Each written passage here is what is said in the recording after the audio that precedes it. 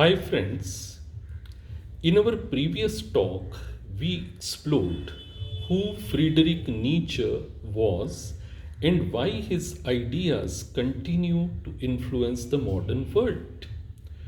Today, let us examine one of his most profound and inspiring themes, the art of becoming yourself.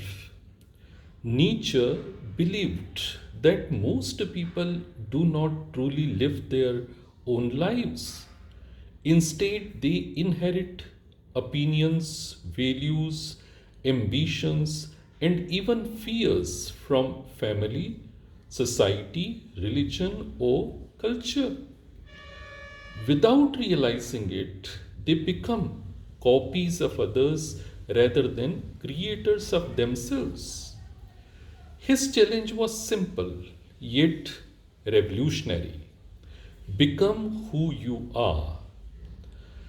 At first glance, this sounds strange. Aren't we already ourselves? Nietzsche's answer would be no. We are born with immense potential, but much of that potential remains hidden beneath habits, expectations, and conformity. Becoming ourselves is therefore not a matter of discovering a fixed identity. It is the lifelong task of creating one. For Nietzsche, this requires courage. Every genuine act of growth demands that we question inherited assumptions.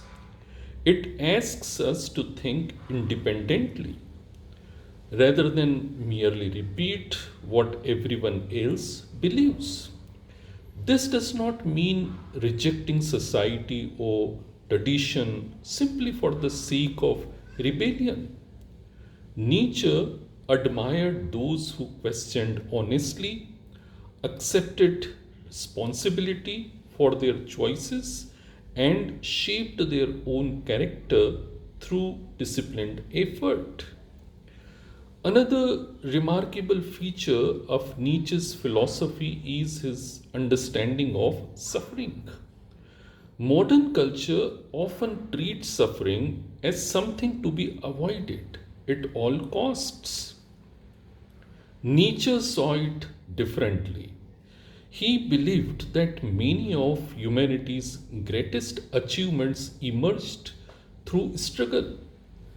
Artists, scientists, philosophers, and reformers rarely create anything significant without encountering failure, loneliness, criticism, or disappointment.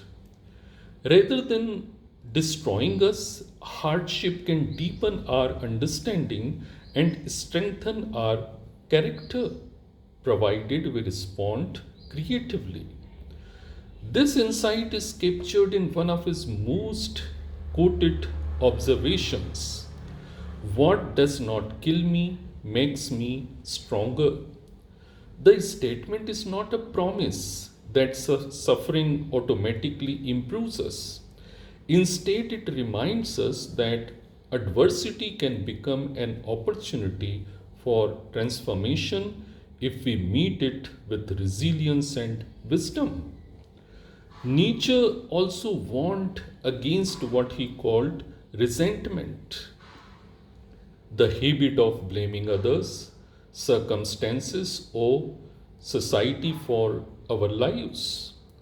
Such blame may offer temporary comfort, but it weakens our ability to act.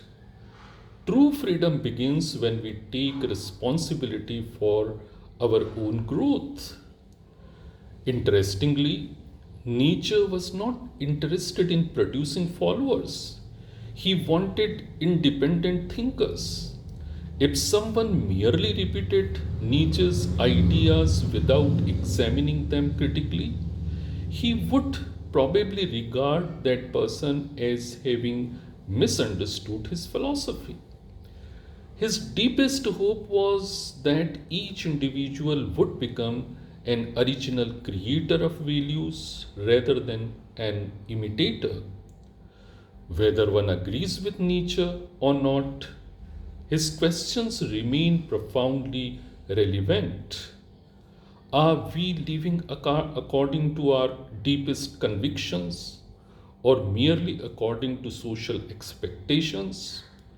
Do we allow fear to define our choices?